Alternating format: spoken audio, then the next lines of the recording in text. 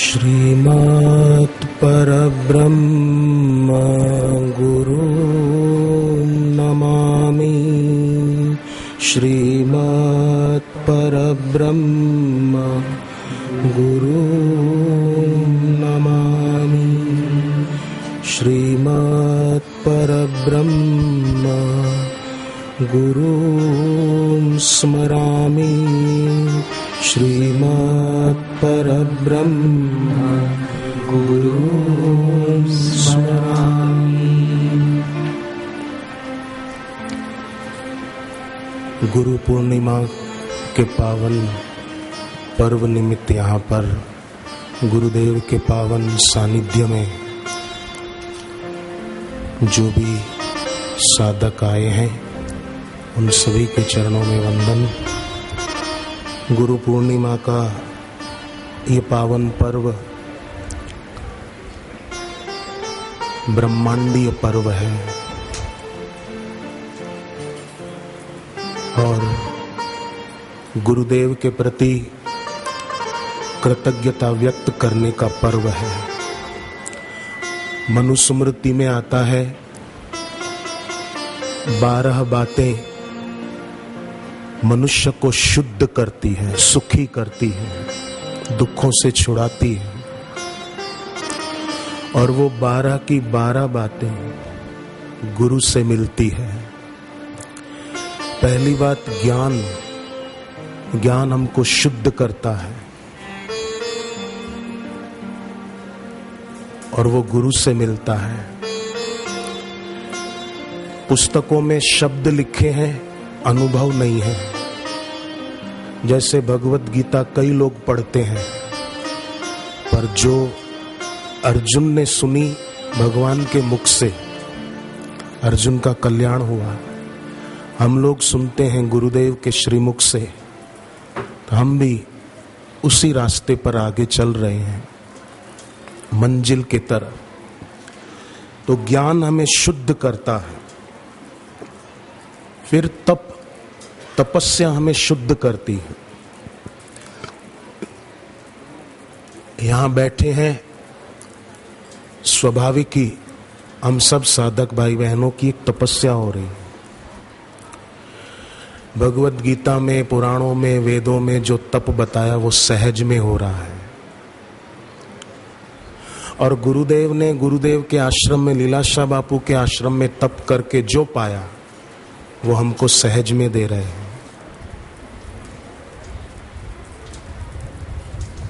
तो तप से शुद्धि हो रही है। यहां पर बाहर से देखा जाए तो हम कुछ नहीं कर रहे हैं, परंतु फिर भी बहुत कुछ हो रहा है।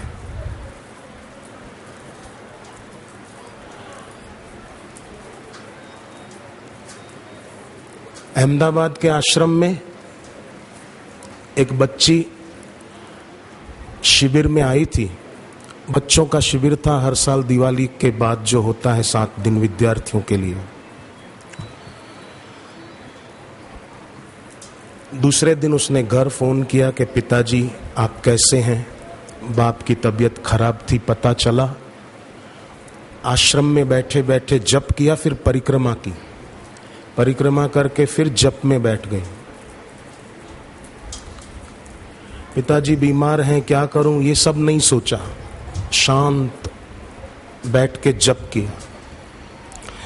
कई लोग बीमारी होने पर चिंता खूब करते हैं, परंतु शास्त्र में आया है चिंता रूपी ज्वर मनुष्य की भूख, नींद, शक्ति, सुंदरता, बल, बुद्धि और आयु इसको नष्ट कर देता है। चिंता रूपी ज्वर।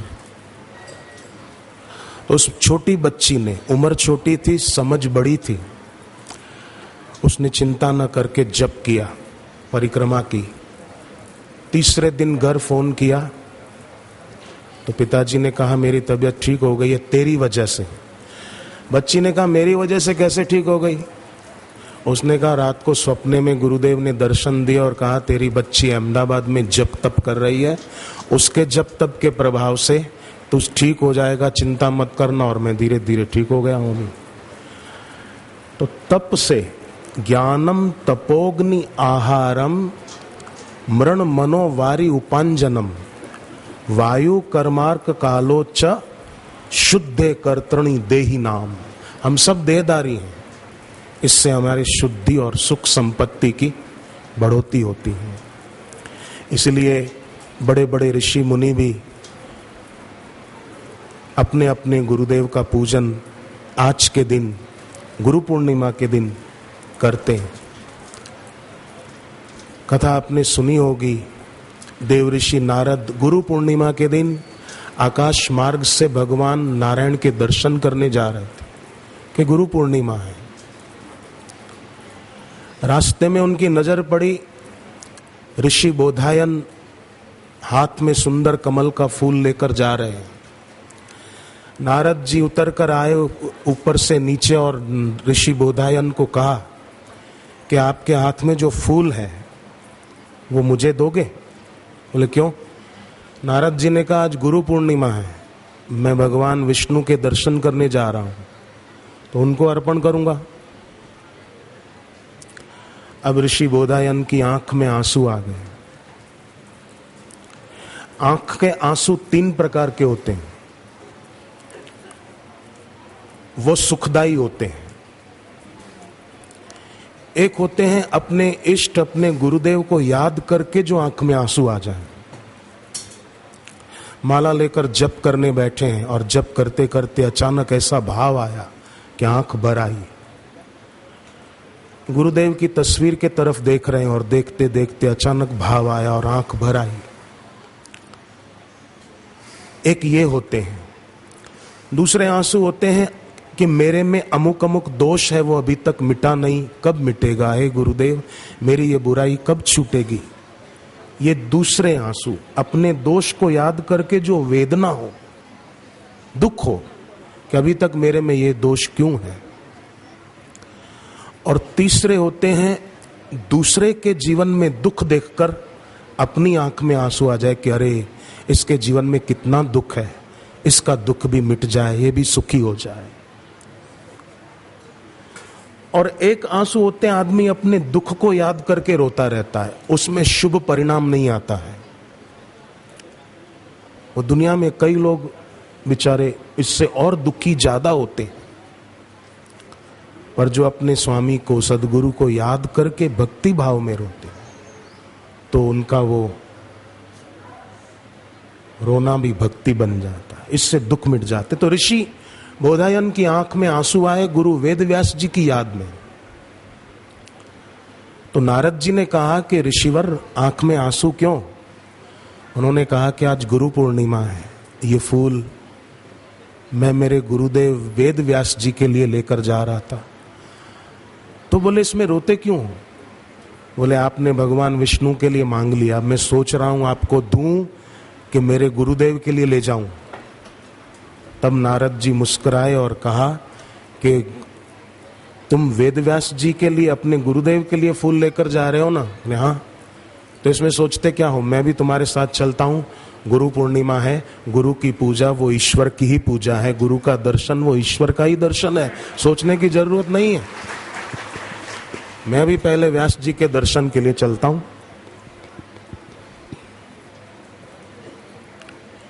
जब वेद व्यास जी के पास पहुंचे तो व्यास जी ने नारद जी को कहा कि मैं समझ गया आप क्यों आए हैं। आपने मेरे शिष्य से फूल मांगा था ना? तो नारद जी ने कहा आप तो वहां थे नहीं। बोले मैं तो वहां नहीं था, पर जब कोई शिष्य भक्ति भाव से अपने सदगुरु को याद करके भक्ति भाव से भर जाता है और उसकी आंख प्रेमाश्रुओं से भर जाती है, तब उसके गुरु उससे दूर नहीं रह सकते हैं। भले शिष्य न देख पाए पर गुरु की आंख उसको देख लेती है, क्योंकि गुरु एक साधारण व्यक्ति नहीं है। जैसे गंगा जी साधारण नदी नहीं है, हनुमान जी साधारण वानर नहीं है, शिव जी कोई साधारण देव नहीं है, उसी प्रकार गुरु भी कोई साधारण मानव नहीं है। मानव के रूप में वो महेश्वर है, नर के रूप में वो नारायण है।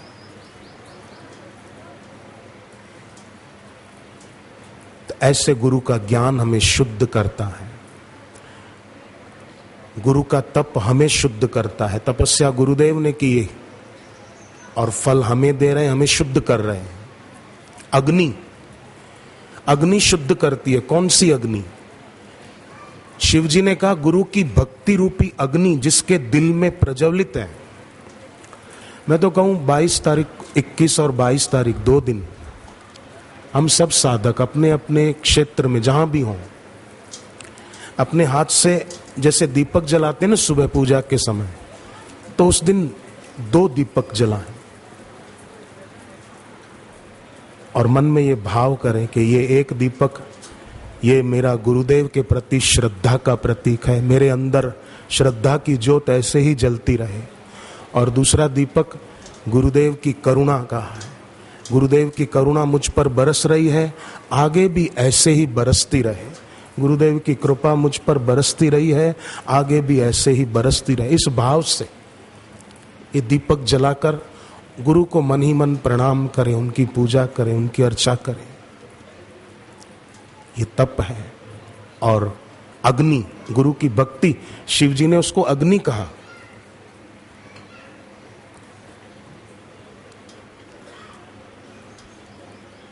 शुद्ध कर देती है भक्त को। जोधपुर राजस्थान में ही है, एक भाई साहब बेचारे अज्ञतावश शराब बहुत पीते थे, घर की हालत खराब हो चली थी, बच्चे पढ़ाई करना चाहते थे पर तकलीफ बहुत थी पैसों की। उन्हीं दिनों बेटे ने सारस्वती मंत्र की दीक्षा ली, पढ़ाई भी करता, बाकी के टाइम पे नौकरी भी करता, 700 रुपया महीने का कमा लेता था। पर गुरु की भक्ति रूपी अग्नि हृदय में थी, वो उनके दोषों को, दुखों को नष्ट कर रही थी।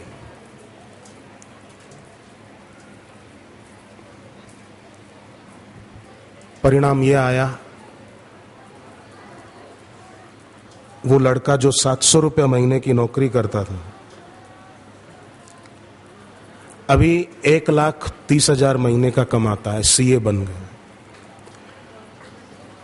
आत्यंतिकम व्याधि हरम जनानाम, अत्यधिक घातक रोग हो किसी के शरीर में, आत्यंतिकम व्याधि हरम जनानाम चिकित्सितम वेद विदो वदंती संसार ताप त्रयनाश बीजम। संसार के तीनों ताप, भौतिक, आध्यात्मिक और दैविक। भौतिक माना होता है ना, मेरे पास अपना मकान नहीं है, मेरे पास अपनी गाड़ी नहीं है, मेरे पास पैसा नहीं है, कर्जा है, संतान नहीं है, आदि आदि, ये भौतिक ताप है। आध्यात्मिक ताप के मेरा मन साधना में नहीं लग रहा है, क्या करूं, जप करने बैठते तो मन नहीं लगता, आध्यात्मिक ताप। दैविक ताप, कुदरती कोप, अतिवृष्टि, अनावृष्टि, कहीं भूकंप, कहीं बाढ़, ये दैविक ताप। इन तीनों से छुटकारा मिल सकता है सदगुरु की उपासना के द्वारा, गुरु की दी हुई दीक्षा के द्वारा। आत्यंतिकम व्याधि हरम जनाना, अत्यधिक घातक रोग। अब कैंसर कितना घातक रोग होता है। 2012 में अहमदाबाद में एक व्यक्ति को यह घातक रोग कैंसर का हुआ, घर वाले डर गए, परंतु फिर विचार आया कि आप बोलना साथ में, सर्वरोगोपशमनम सर्वरोगोपशमनम सर्वोपद्रवनाशनम सर्वोपद्रवनाशनम शांतिदम सर्वरिष्टानां शांतिदम सर्वनिष्ठानां हरेर्नामानुकीर्तनम हरेर्नामानुकीर्तनम। सब रोगों का नाश हो सकता है, सर्व रोगोपशमनम। पर लोगों को शौक है क्रोसिन खाने का, पैरासीटामोल खाने का, एंटीबायोटिक खाने का, घर में रखी रहती है। पर शास्त्र कहते हैं सर्व रोग, सब रोगों का नाश हो जाए, सब उपद्रव जीवन में से चले जाएं। सर्व रोगोपशमनम। कैंसर जैसा घातक रोग 1 साल में मिट गए। केवल जप करते थे, थोड़ी आयुर्वेदिक औषधि ली आश्रम की, और वटवृक्ष की परिक्रमा आश्रम में करके उस बहन ने, उस आदमी की पत्नी ने संकल्प किया कि मेरे पति का ये रोग जाए, मैं फिर 108 परिक्रमा करूंगी। और रोग कहां गया पता नहीं। इसलिए बाहर के सहारे छोड़कर एक अपने आराध्य सद्गुरु का सहारा, वो कल्याणकारी है। सब मिलकर एक साथ, बहनें भी भाई भी, जीभ तालू में लगाकर, होठ बंद रखकर, गुरु पूर्णिमा के पर्व निमित्त गुरुदेव का सानिध्य मिला है, और वो भी आश्रम की पवित्र भूमि पर। ऐसा अवसर सदा मिले और हमारी अपने आराध्य, अपने इष्ट, अपने गुरुदेव के चरणों में प्रीति खूब बढ़े, ऐसा शुभ भाव मन में लाते हुए प्रार्थना करें। गहरा श्वास लें, रोक के रखें श्वास।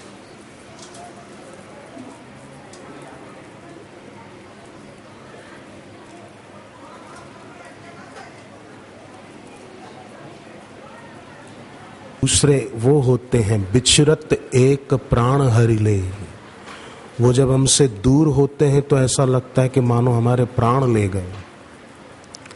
प्राण ले गए मतलब हमारी प्राण ऊर्जा को वो अपने साथ ले जाते हैं। कैसे कि जैसे गुरुदेव आए, दर्शन हुए, सत्संग सुना, दीक्षा लेने वालों ने दीक्षा भी ली, भक्ति भाव से साधकों ने गुरुदेव की आरती की। फिर जब सत्संग के बाद गुरुदेव अपने निवास को या अगले कार्यक्रम में चले गए, तब जो दिल में गुरु भक्ति को लिए हुए साधक होते हैं, उनको ऐसा लगता है कि मानो हमारा सब कुछ गया। बिछरत एक प्राण हरि ले, मतलब वो उसकी मृत्यु नहीं हो जाती। प्राण हरि ले मतलब हमारी प्राण ऊर्जा जो बिखरी हुई थी किसी वस्तु में, व्यक्ति में, फिर बस एक अपने गुरुदेव का ही प्रगाढ़ चिंतन गहराई में रहता है। हकीकत में शिष्य वो होता है जिसको गुरु की याद आए नहीं, जिसके दिल में अपने गुरुदेव की याद रहे। इस गुरु पूर्णिमा के पावन पर्व पर हम अपने गुरुदेव के चरणों में ये भी प्रार्थना करें कि गुरुदेव हमारे दिल में आपकी याद बनी रहे। जैसे श्वास रहती है शरीर में, रात को नींद में भी चलती है, ऐसे रहे।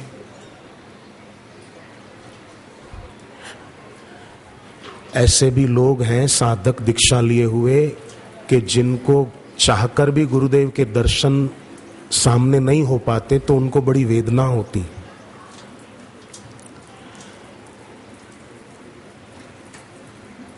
और जब बाहर गुरुदेव के दर्शन नहीं हो पाते उनको, तब इतने विरह में व्याकुल होते हैं वो, और फिर शांत हो जाते हैं भाव विभोर होकर, तो उनको ध्यान में भी गुरुदेव के दर्शन होते हैं। स्वप्न दर्शन होते हैं, रात को सो गए जप करते करते तो स्वप्ने में गुरुदेव के दर्शन हो। प्रत्यक्ष दर्शन जो अभी होंगे और ध्यान दर्शन, कहीं भी रह रहे हो और ध्यान करते हुए, प्रगाढ़ सुमरण करते हुए बैठे हैं और गुरुदेव के दर्शन का अनुभव हो, उनकी करुणा कृपा का अनुभव हो। एक साधक ने अपने गुरु से पूछा कि गुरुदेव, हम जब आपकी तस्वीर के सामने देखते हैं एकटक, तो कभी कभी ऐसा लगता है कि मानो आप प्रकट हो रहे हैं, आप सामने बैठे हैं। तो ये सचमुच ऐसा होता है या हमारी कल्पना है? तो गुरुदेव ने कहा कि बुलाते भी हो और शंका भी करते हो। एक तरफ तो बुलाते हो कि दर्शन दो गुरुदेव, मेरी अखियां प्यासी, और आता हूं तो शंका करते हो कि आप आए हो कि हमारी कल्पना है। राजा हरिश्चंद्र को सपने में गुरु विश्वामित्र ने दर्शन दिए और उसने अपना सब कुछ गुरु को अर्पण किया। अगले दिन राजगद्दी पर बैठे थे तो गुरु विश्वामित्र आए और कहा कि स्वप्ने में मुझे सब कुछ दिया था, चलो अब उतरो नीचे। उसने ये नहीं कहा कि वो तो स्वप्न था, पर ऐसा भी होता है। स्वप्न दर्शन, ध्यान दर्शन, प्रत्यक्ष दर्शन, भक्ति भाव वाले साधक हर तरह से अपने गुरु से लाभ उठाते हैं, चाहे प्रत्यक्ष दर्शन का लाभ मिले, चाहे स्वप्न दर्शन, चाहे ध्यान दर्शन।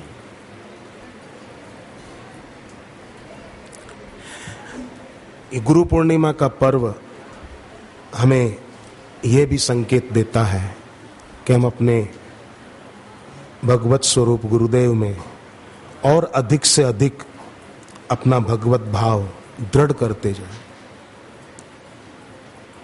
बिहार में विद्यापति महाराज हो गए।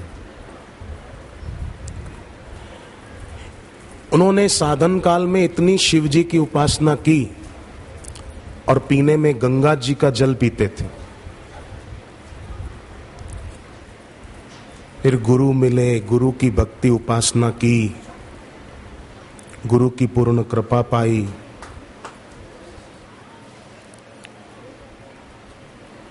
ऐसी तो गुरु की भक्ति सेवा उपासना के द्वारा गुरु की कृपा पाई और बचपन से उपासना की हुई शिव जी की। गुरु गीता में हम पढ़ते हैं जो शिव है वो गुरु हैं, जो गुरु हैं वो शिव हैं। क्या हुआ?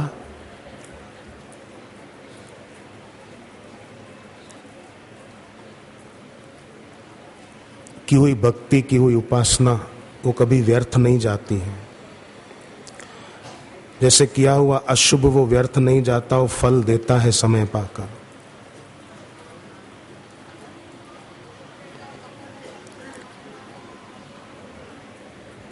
साधक सेवा भक्ति करते हैं वो कभी व्यर्थ नहीं जाती। न चाहे तो भी की हुई सेवा भक्ति उस साधक को शुभ देगी फल।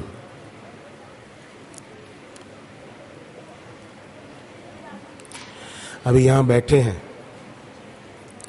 बाहर से तो लग रहा है कि कुछ नहीं कर रहे हैं, चुपचाप बैठे हैं, पर फिर भी बहुत कुछ हो रहा है।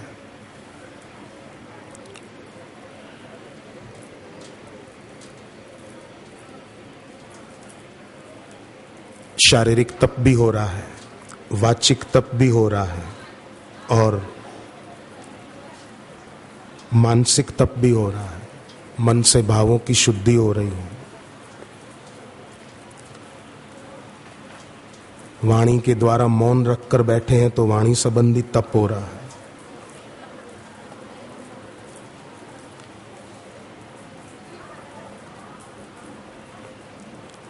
विद्यापति जी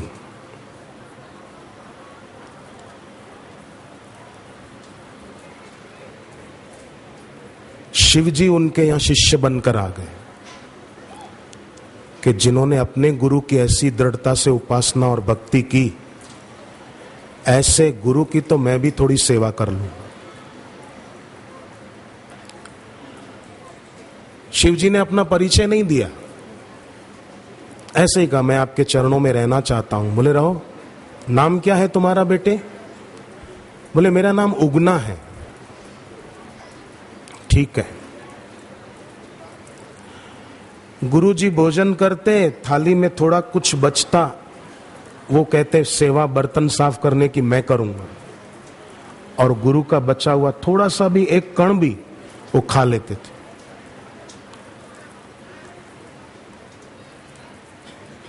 एक दिन गुरु के साथ विचरण करते हुए जंगल में दूर तक निकल गए।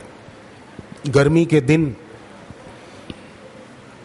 गुरुदेव को प्यास लगी, पानी साथ में लाना भूल गए थे। गुरु विद्यापति जी ने कहा बेटे प्यास लगे, कहीं से पानी तो ले आ। अब इधर उधर देखा, दौड़कर चारों तरफ, कहीं पानी नहीं, जंगल, और गुरु जी को प्यास लगी।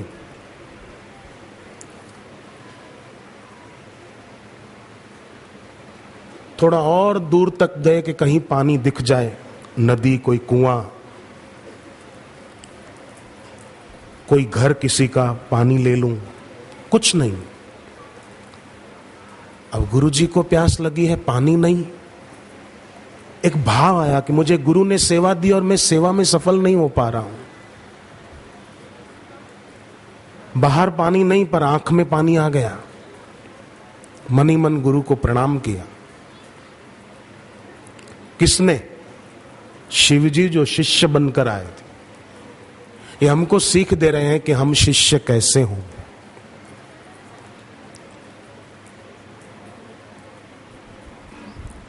मन ही मन प्रणाम किया कि गुरुजी आपको प्यास लगी है और यहां कहीं पानी नहीं है। अचानक शिवजी के चेहरे पर प्रसन्नता आ गई और उन्होंने अपना मूल रूप प्रकट कर लिया और अपनी जटाएं खोली और गंगा को आदेश दिया कि अब जरूरत है, आजा। शिवजी की जटाओं से गंगा निकली, लोटा भरा है और जल्दी जल्दी अपना मूल रूप फिर छुपा दिया। उगना शिष्य के रूप में आ गए। जटाएं जो ठीक वो फिर ठीक कर दी। दौड़ कर आए, गुरुजी पानी पानी, आपको प्यास लगी थी ना? गुरुजी ने पानी पिया पर गंगा जल पीते थे इसलिए स्वाद का पता चल गया।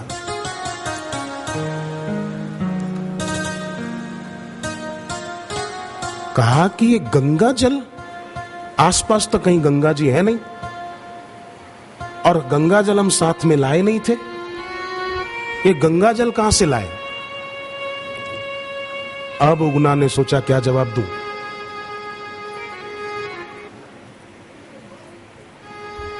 बोल बोल बेटे, गंगा जल कहां से ले आए? कुछ बोलते न बना कि क्या जवाब दूं। अचानक गुरुजी की नजर पड़ी कि उसके बाल जो हैं उधर से पानी गिर रहा है अभी भी। जटाएं खोलकर गंगा जी को प्रकट कर दिया था ना। गुरुजी ने वो जल ऐसे हाथ में ले लिया जो गिर रहा था जटाओं से और वो चखा तो वो भी गंगा जल। गंगा जल ही पीते थे तो स्वाद का पता था। बोला सच बताओ तुम कौन हो? मैं पहचान गया। उन्होंने कहा पहचान गए तो अब क्या कहूं? बोले ऐसा क्यों किया? बोले बस आपने अपने गुरु की इतनी सेवा, भक्ति, उपासना की तो मुझे लगा कि क्यों ना मैं भी आपकी थोड़ी सेवा कर लूं। मैं भी थोड़ा ये अपना शुभ कर लूं। तो बोले तुमने, मैं जो खाता था उसमें से कई बार तुम खा लेते थे। बोले क्या हो गया? गुरु ने जो प्रसाद पाया और गुरु की थाली में जो कुछ थोड़ा बचा वो खाया, वो तो महाप्रसाद है, साधारण प्रसाद नहीं है, वो तो महाप्रसाद है। उससे तो हृदय शुद्ध हो जाता है। गुरु गीता में आता है गुरोर उच्छिष्ट भोजनम। अब इतने सारे हम साधक हैं, हम सब सोचें कि गुरु गीता में लिखा है कि गुरु की थाली में बचा हुआ प्रसाद खाना चाहिए, तो हमको ये मौका कब मिलेगा? शिवजी उगना के रूप में तो थोड़ा प्रसाद पा लेते थे गुरु का, अब हम सबको ये मौका कब मिले? तो गुरुदेव जो बोलते हैं ना, गुरुदेव के मुख से जो वचन आते हैं वो भी हमारे लिए गुरु का उच्छिष्ट प्रसाद है। गुरु के मुख से आ रहा है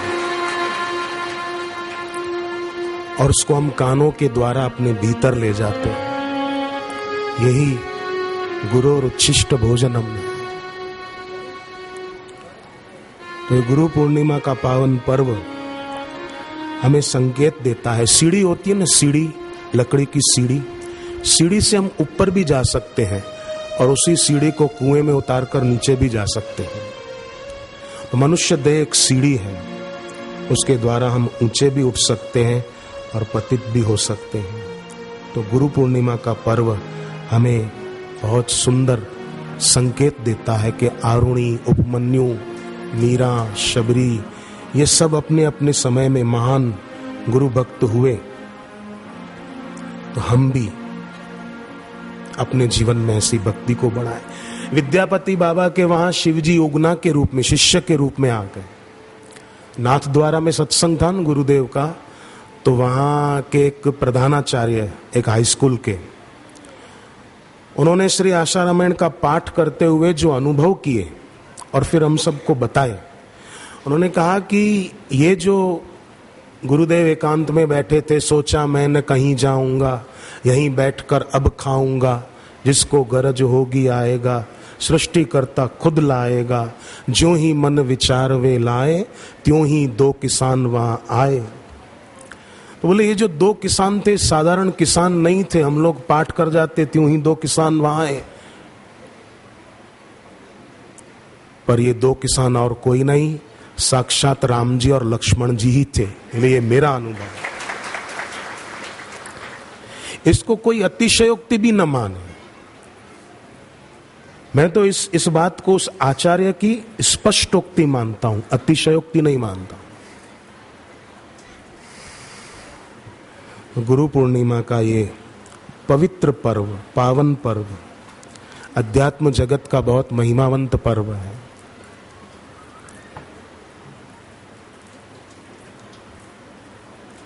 दूज का चांद होता है ना, भगवान शिव जी ने अपने भाल में रखा है। दूज का चांद मानो शिष्य का प्रतीक है। हम सब शिष्यों को, साधकों को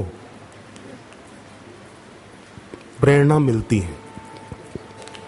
और मैं तो कहूं कभी कभी शुक्ल पक्ष की द्वितीया के चांद को अर्घ्य देना चाहिए। हमेशा ना दे पाए, कभी कभी दूज के चंद्रमा को, कि आपने शिव जी के भाल में जगह पाई, शंभोर मुकुट भूषणम, ऐसी कृपा करो कि हम भी बापू जी के दिल में जगह पाएं, गुरुदेव के हृदय में हमारी जगह हो। और जयपुर के साधक, जयपुर के आसपास के साधकों की तो मुझे लगता है जगह बनी है, तभी बापू जी ने कोई कार्यक्रम पहले से निश्चित न होने पर भी इन दिनों में यहां आना स्वीकार किया और यहां के साधकों को दर्शन, सत्संग, गुरु पूनम के निमित्त देना स्वीकारा। तो दूज के चांद की भी ये महिमा है। विष्णु सहस्त्र नाम में आता है अणु बृहत कृश स्थूलो गुण ब्रन निर्गुणो महान। अणु माना सूक्ष्म, बृहत मानो विराट रूप। गुरुदेव से दीक्षा में जो मंत्र मिलता है ना, वो तो छोटा सा ही है। किसी का 3 अक्षर का गुरु मंत्र, किसी का 5 अक्षर का, किसी का 12 अक्षर। मंत्र छोटा है अणु, पर बृहत विराट रूप। उसका जप साधक प्रीतिपूर्वक करते हैं तो वही मंत्र जो अणु छोटा है वो विराट रूप भी दिखा सकता है, दिखाता है। कईयों के जीवन में उनको देखने को मिला है। अणु बृहत कृशः, कृश का एक अर्थ सबसे पतले, परंतु स्थूलो सबसे बड़े भी। लगे कि साधारण है, मंत्र तो हमने कई बार सुना हुआ है पहले, पर गुरुदेव के मुख से मिलता है तो सिद्ध होता है। इसलिए बापू जी के मुख से हमने, जिन्होंने भी दीक्षा ली है, अपने गुरु मंत्र को साधारण अक्षर मत समझना। गुरुदेव ने जो साधना बताई, जो बताते हैं, उसको भी हम साधारण न माने। जो साधक करते हैं उन्हें दिव्य अति दिव्य अनुभव। अभी उल्लासनगर में सत्संग था तो एक भाई मिले, बोले 70 लाख रुपया कर्जा था मेरे पर, 70 लाख उतर गया। कोई उपाय नहीं किया, केवल अपने गुरु के मंत्र को मिला था तो छोटा मंत्र, पण अणु बृहत कृशस्थूलो गुण ब्रन निर्गुणो महान।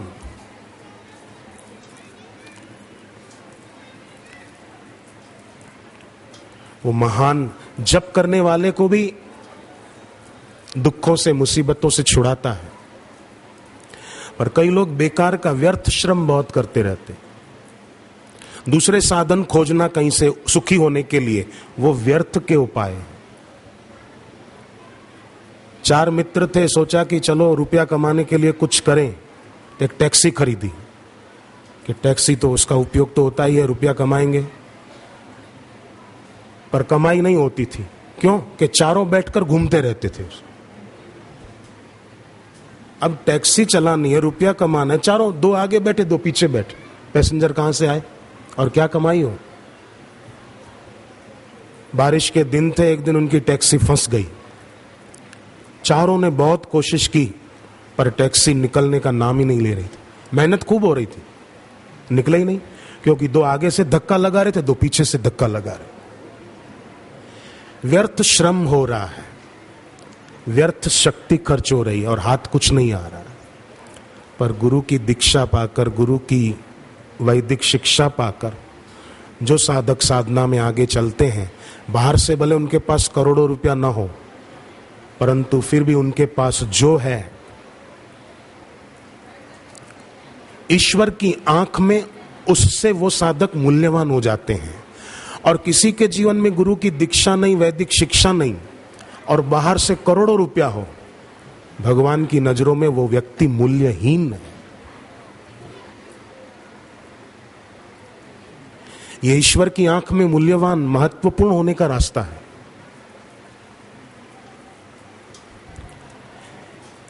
क्योंकि भागवत में, गीता में सत्संग की, ज्ञान की बड़ी महिमा है, और वो पाने के लिए हम यहां आकर बैठते हैं, तो ये ईश्वर की आंखों में मूल्यवान हो रहे हैं ना।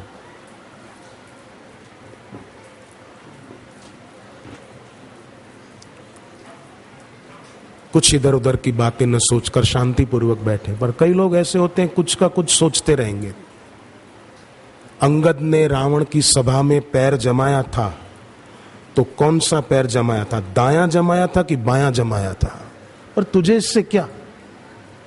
हनुमान जी अंगूठी लेकर गए थे, प्रभु मुद्रिका मेली मुख माही, तो उन्होंने जब सीता जी को अंगूठी दी तो धोकर दी थी कि बिना धोए दी थी? अब इन सब प्रश्नों से तुझे क्या मिल जाएगा? नहीं बोले, उन्होंने मुंह में रखी थी तो धोकर दी कि बिना धोए दी? तो हनुमान जी तेरी तरह पान मसाले नहीं खाते थे, जो उनका मुंह दूषित हो, उनका मुख पवित्र है। सीख दी है कि हम भी अपने मुख में अपना गुरु मंत्र रखें, अपना इष्ट मंत्र रखें। अंगद ने पैर जमाया, दायां के बायां जो जमाया, पर अंगद ने भी सीख दी है अपना पैर जमाए, साधना में, भक्ति में, सेवा में। और न जम पाए तो हम प्रार्थना भी करें कि आपकी कृपा से, तुम्हारी कृपा में सुख घने रहे। तो गुरु का ज्ञान शुद्ध करता है, गुरु का तप हमको शुद्ध करता है। अभी भले बाहर से देखा जाए तो बापूजी व्यासपीठ पर नहीं आए हैं, गुरुदेव अपनी कुटीर में हैं, पर गुरुदेव अपने पवित्रतम ओरा से हम सबको लाभान्वित कर रहे हैं। अभी हम लोग ऐसे ही नहीं बैठे यहाँ पर। फूल भले वीराने में खिला हो, पर सुगंध तो हवाओं में बिखेरता है। ऐसे ही गुरुदेव अपनी कुटीर में हैं, पर गुरुदेव की पवित्र कल्याणकारी ओरा के प्रताप से ही हम सब साधक भाई बहनें यहाँ शांति से बैठ पाते, नहीं तो नहीं बैठ पाते, चलते बनते।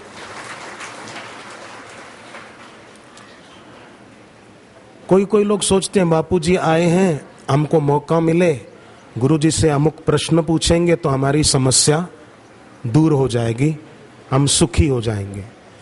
हकीकत में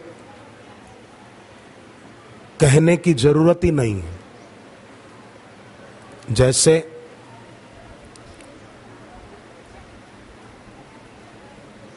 मीरा ने कहा नहीं, पर जहर अमृत हो गया। प्रहलाद जी ने कहा नहीं, पर जहरीला खाना उनको मार न सका। ऐसे ही हमारे जीवन में कोई समस्या हो, दुख हो, कोई भी, और यहां आए, पहले मन में प्रश्न उठा के गुरुजी से बात करने का मौका मिल जाए, पर भीड़ के कारण मौका नहीं मिला तो कोई बात नहीं। शिकायत किस जुबान से करूं उनके ना मिलने की? क्या ये एहसान कम है कि वो मेरे दिल में रहते हैं, मेरे हृदय में है वो? तो भले उनसे बात न भी हो पाई, गुरुजी से व्यक्तिगत मुलाकात न भी हो पाई, तो भी मेरे हृदय में तो है वो। जब से मैंने गुरुदेव से दीक्षा ली तब से गुरुदेव मेरे साथ हैं, मैं क्यों फिक्र करूं।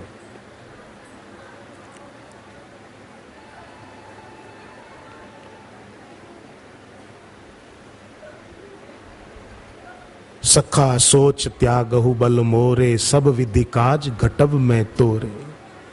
राम जी ने कहा सारी चिंता छोड़, सुग्रीव को कहा मैं तेरे सारे काम पूरे कर दूंगा,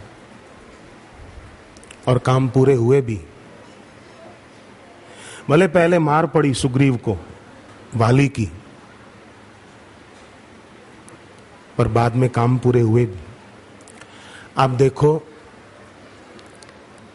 समुद्र पार करने के लिए वानर सेना बैठी है, सीता जी का पता तो चल गया, पर पार करके कौन जाएगा।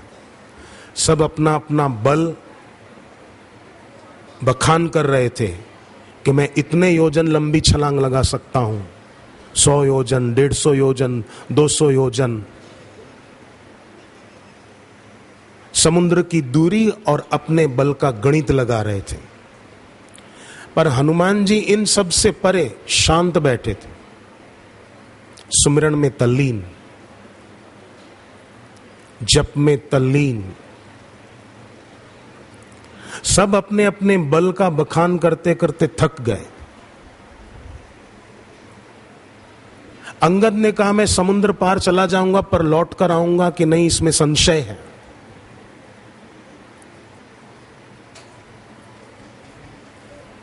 हनुमान जी भगवत स्मरण में तल्लीन थे, तो समुद्र पार करके गए भी, राक्षसों को मारा, वाटिका उजाड़ी, लंका जलाई, और अष्ट सिद्धि नव निधि के दाता असवर दीन, जानकी माता राम रसायन तुमरे पासा, सदा रहो रघुपति के दासा, ये सब वरदान पाकर लौटे।